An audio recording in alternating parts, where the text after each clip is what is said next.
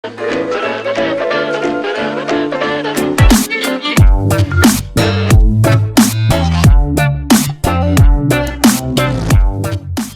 안녕하십니까. 부동산 별별 수다 3월 14일 방송을 진행해 보도록 하겠습니다. 자, 오늘 함께 해주실 분 간단하게 소개시켜 드릴 텐데, 오른쪽에 붓봉산의 강영훈 대표님 나오셨습니다. 뭐 말씀 없으세요? 안녕하세요. 부동산의 부동산 스터디 카페 매니저를 맡고 있는 붓봉산 강영훈입니다. 반갑습니다. 네, 왼쪽에는 그룹핀의 전영진 대표님 나오셨는데요. 예, 감사합니다. 전주입니다. 아, 감사하시군요. 네, 감사합니다. 네, 저는 내부의 조영준입니다. 자, 오늘은 아주 특별한 주제를 가지고 이야기 한번 나눠보도록 하겠는데요. 탄핵과 대통령 조기 대선, 그리고 부동산 투자의 영향에 관련해서 이야기 나눠보도록 하겠습니다. 조기 대선과 그 이후 부동산 정책이 큰 틀에서 어떻게 바뀔 것인지에 대한 의견을 먼저 한번 나눠볼 텐데, 먼저 강영훈 대표님 어떻게 생각하십니까? 저는 뭐 사실 조기 대선 때문에 수요자들이 좀 주춤한 분위기가 지금 느껴지긴 하는데요. 근데 큰 틀에서 변화는 없을 거라고 생각해요. 그러니까 어떤 정권에 따라서 큰 틀의 변화가 있기는 좀 힘들다고 생각하고요. 그러니까 예전에 김대중 대통령 시절, 그러니까 국민의 정부 시절에도 그때는 부동산 IMF 이후에 경기가 안 좋았을 테니까 엄청나게 완화하는 정책을 폈거든요. 2001년도, 2002년도 이 당시에 분양했던 그 분양 카탈로그 보면요.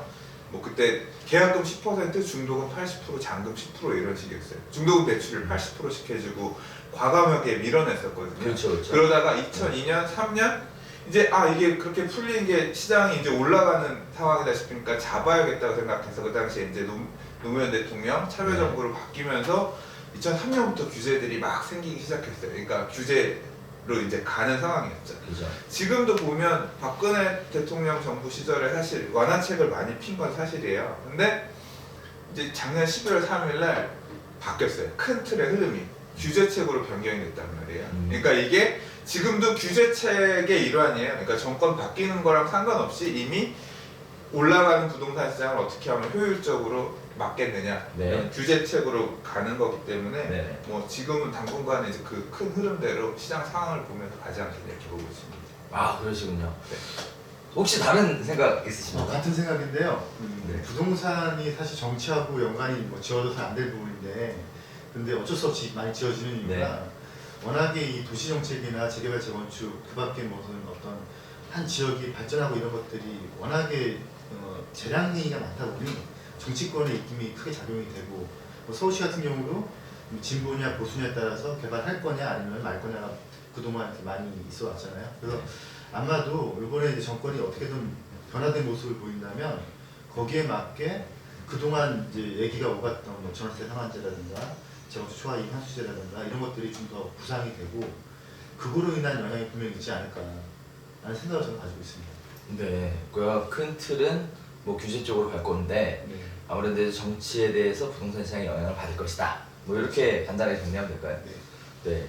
두 분의 생각이 똑같으니까 방송이 재미가 없는 것 같습니다. 제가 개인적으로 볼 때는 전혀 다른 방향으로, 제 생각에는 정책에 대한 어떤 기조의 큰 변화나 흐름 이런 것보다 조기 대선을 앞두고 박근혜 정부에서 내놨던 정책들에 대한 기조를 다 엎어버릴 것 같습니다. 네. 일단 그렇게 해야 표를 좀 얻지 않겠습니까? 없는다는 얘기는 그러면 네. 표를 뒀다가 규제로 돌아서고 있는데 네. 돌아선 거를 엉망이죠. 이거 규제로 아니, 가는 아니. 분위기라는 얘기잖아요. 아니, 네. 아무래도 대선의 후보들이 어떤 부동산 정책을 내가지고 오느냐에 따라서 뭐 시장의 향방도 좀 달라지거나 변화가 될 것으로 예상이 되긴 하는데, 근데 그런 건 아세요 혹시? 대선이 부동산 시장에 실질적으로 영향을 미치는 거는 굉장히 적어요. 그럴 수도 있죠. 네.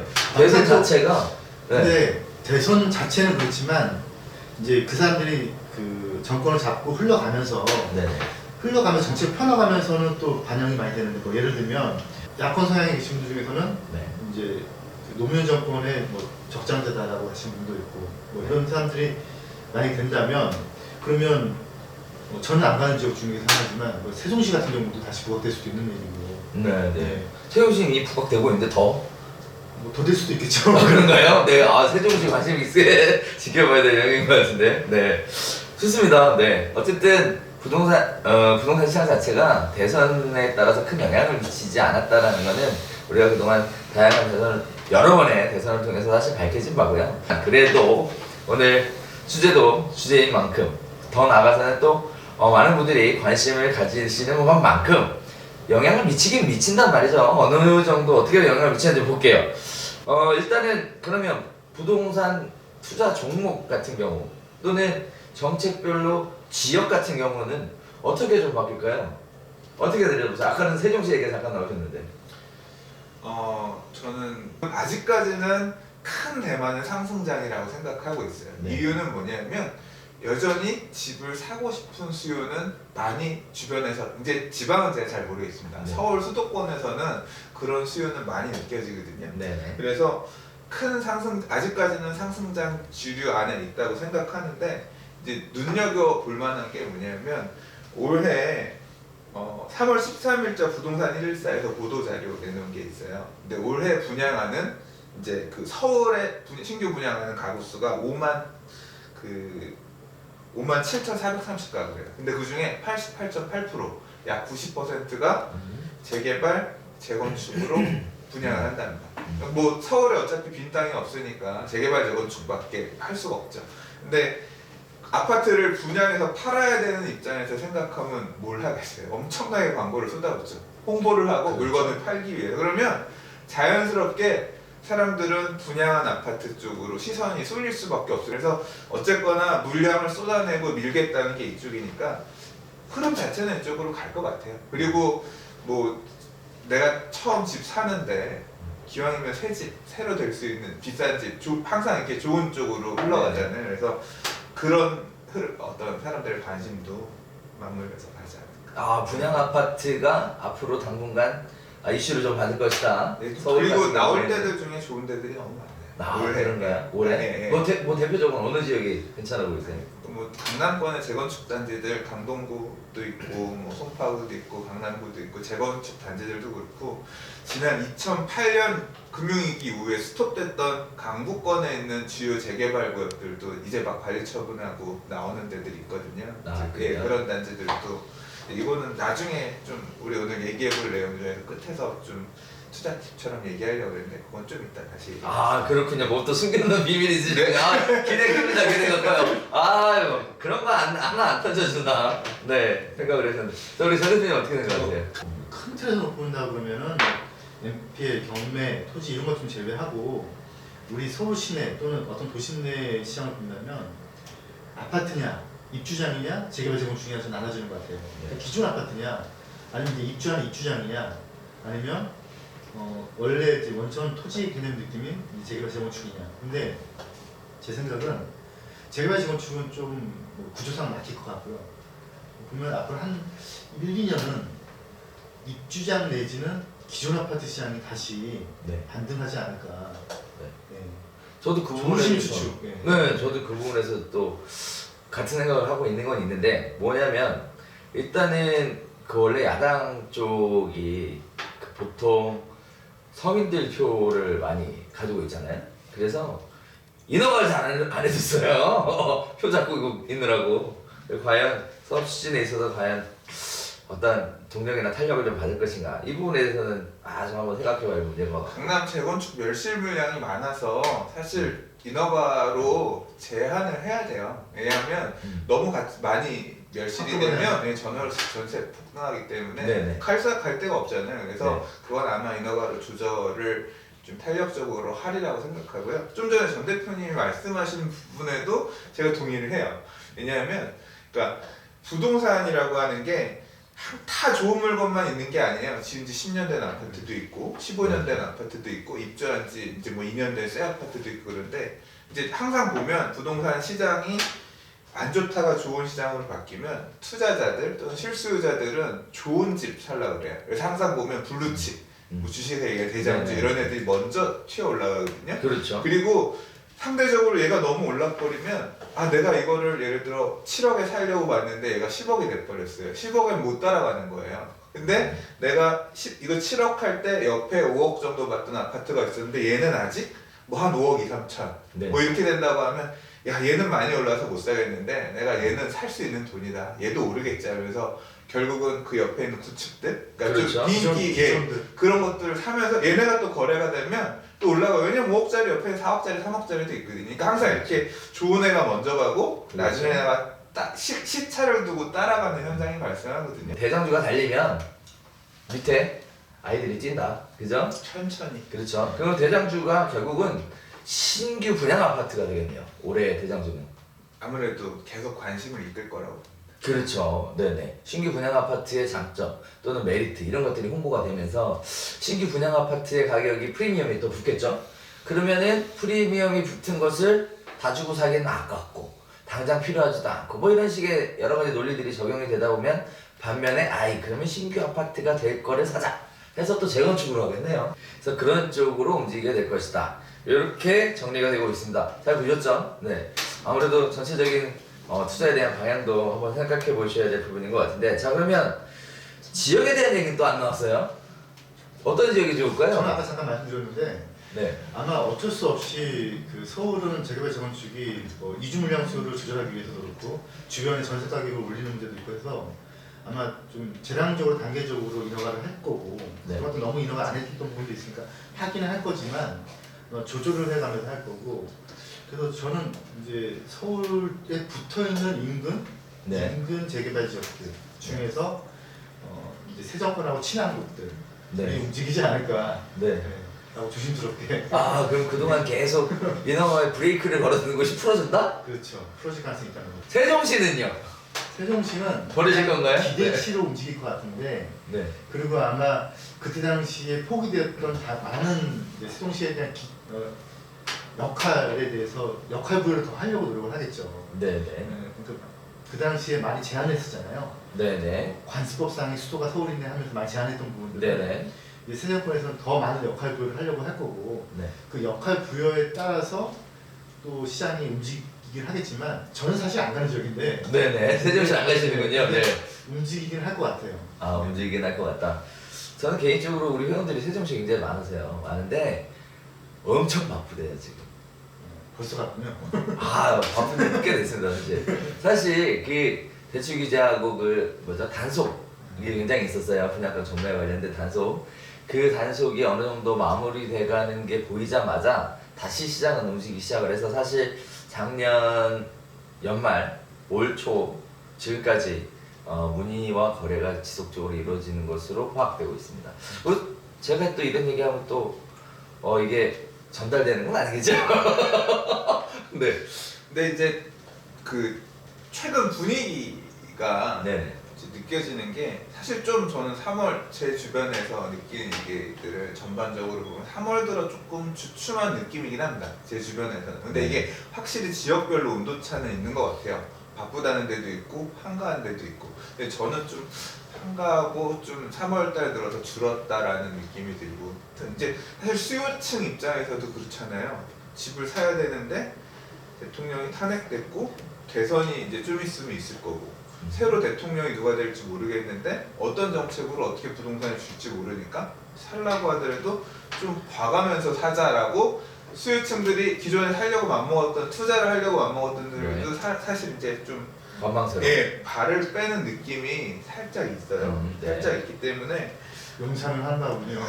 그런가 봅니다. 아니요. 근데 용산 안에서도요. 좀 지역 근데 전체적으로 약간 살짝 소강기인 것 같긴 해요. 좀 문이나 이런. 혹시 거는. 기존 아파트 단지?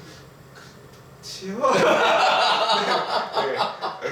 이제 분양 문의나 이런 것들이 용산에 네. 이제 올해 용산 국제빌딩 사고가 분양이 있어서 문의는 꾸준히 있긴 한데 조금 살짝 좀 주춤한 느낌이다. 그리고 이게 꼭 여기만 그런 게 아니라 제가 인근에 있는 다른 지역 사장님들 얘기하고 해봐도 네. 조금 맞아요.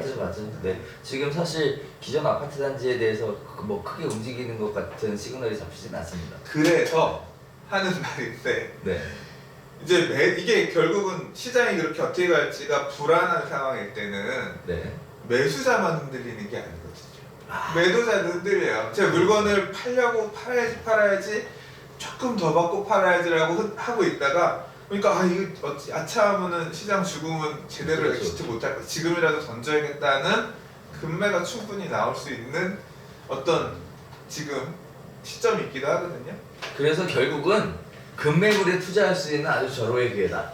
그렇죠. 뭐 이렇게 금매를 관심 있게 네. 봐야 될 요 몇 달간. 좋습니다. 자 마지막으로 그러면 이제 방송을 보시는 투자자의 투자에 관심이 있는 분들 또는 부동산을 가지고 있는 분들 뭐 여러 가지 여건에 처한 분들을 위해서 현 상황에서 조언을 한 말씩 투자에 대한 조언이라든지 또는 부동산을 바라보는 시각에 대한 조언이라든지 이런 걸 간단하게 한 말씀씩 해주시면 어떨까? 저부터 네. 말씀드릴게요. 저는 이번에 어디를 봐야 된다고 생각하냐면 아까도 잠깐 그 올라가면서 소외됐던 것들이 다시 물타기 올라온다는 말씀하셨는데 저는 이제 그런 지역들을 눈여겨봐야 된다고 생각하거든요. 뭐 예를 들면 강남이 핫해지면서 강남에 준했던 지역인데 약간 소외됐던 지역도 의외로 많아요. 뭐 예를 들면 여의도도 올 수 있고요, 네네. 성수도 올 수 있고, 압구정은 좀 다를 수 있고, 뭐 반포도 마찬가지고, 또 한참 막 전략정비구, 유도정비구 해가지고 나왔던 그 서울 인근 지역들이